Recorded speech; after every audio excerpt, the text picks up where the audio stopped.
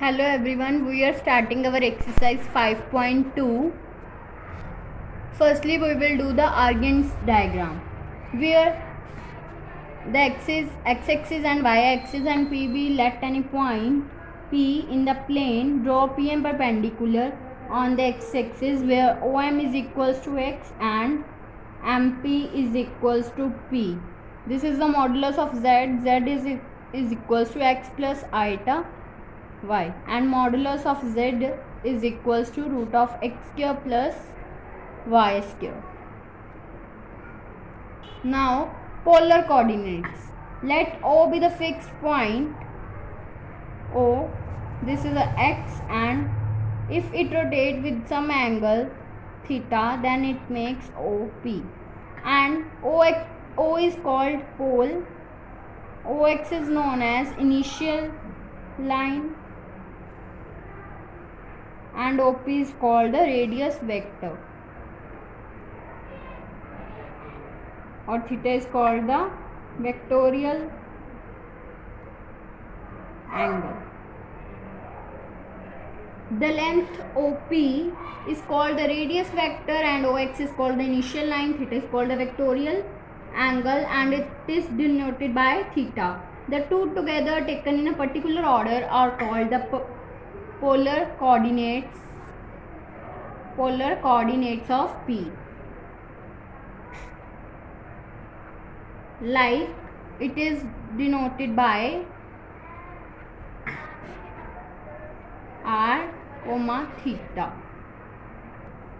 Theta is a positive if it is measured in the counterclockwise direction, means anti-clockwise direction, or theta is a negative when it is measured in the clockwise direction.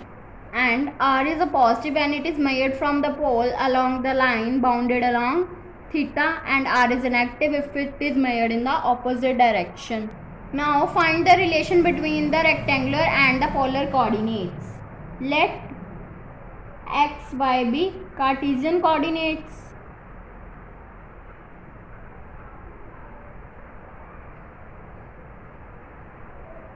Of P and r, theta be its polar coordinate. To express x and y in terms of r and theta, this is a Argand diagram where PM is a perpendicular and O is a pole. Then from P, draw PM perpendicular to x dash O x like this. Then in right angled triangle OMP, cos theta is equals to OM upon OP. So cos theta becomes cos theta, OP cos theta is equals to OM, where OM is equals to x and OP is equals to y. OP is equals to r. Put these values here. OM is equals to x and OP is equals to r. Then it will become x is equals to r cos theta and MP upon OP is equals to sin theta. So PM is equals to OP sin theta, where MP is equals to y and OP is equals to r. So it will become y is equals to r sin theta. To express r and theta in terms of x and y, x is equals to r cos theta and y is equals to r sin theta. Let it be 1 and let it be 2. Then squaring and adding 1 and 2, and it will become x square plus y square is equals to r square cos square theta plus sin square theta. We know that cos square theta plus sin square theta is 1. So put this value here, r square into 1, which becomes r square. And r square is equals to x square plus y square. It will be written as r is equals to square root of x square plus y square. Then dividing 2 by 1, then it will become x y upon x is equals to r sin theta upon r cos theta. It will become tan theta. So tan theta is equals to y upon x, and theta becomes tan inverse of y by x, where r is equals to square root of x square plus y square, and theta becomes tan inverse y by x.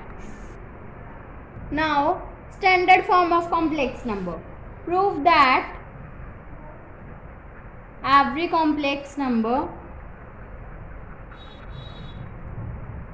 z is equals to x plus iota y can always be put in the form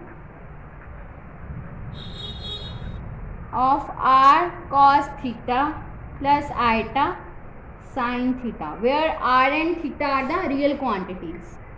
Proof: let x plus iota y is equals to r cos theta plus iota sin theta. So by equating real and imaginary parts,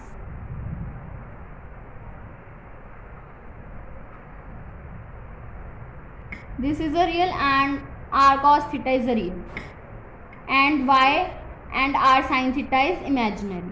Then equating, then it will become x is equals to r cos theta and y is equals to r sin theta.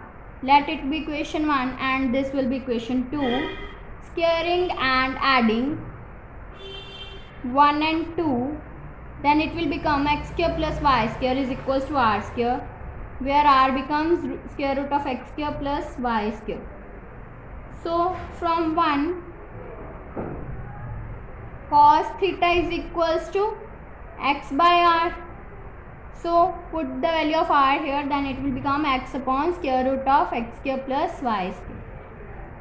And from equation 2, sin theta becomes y by r. So put the value of r here, then it will become y upon square root of x square plus y square. This will be the standard form of the complex numbers. Note: cos theta plus iota sin theta will be written as a cis theta.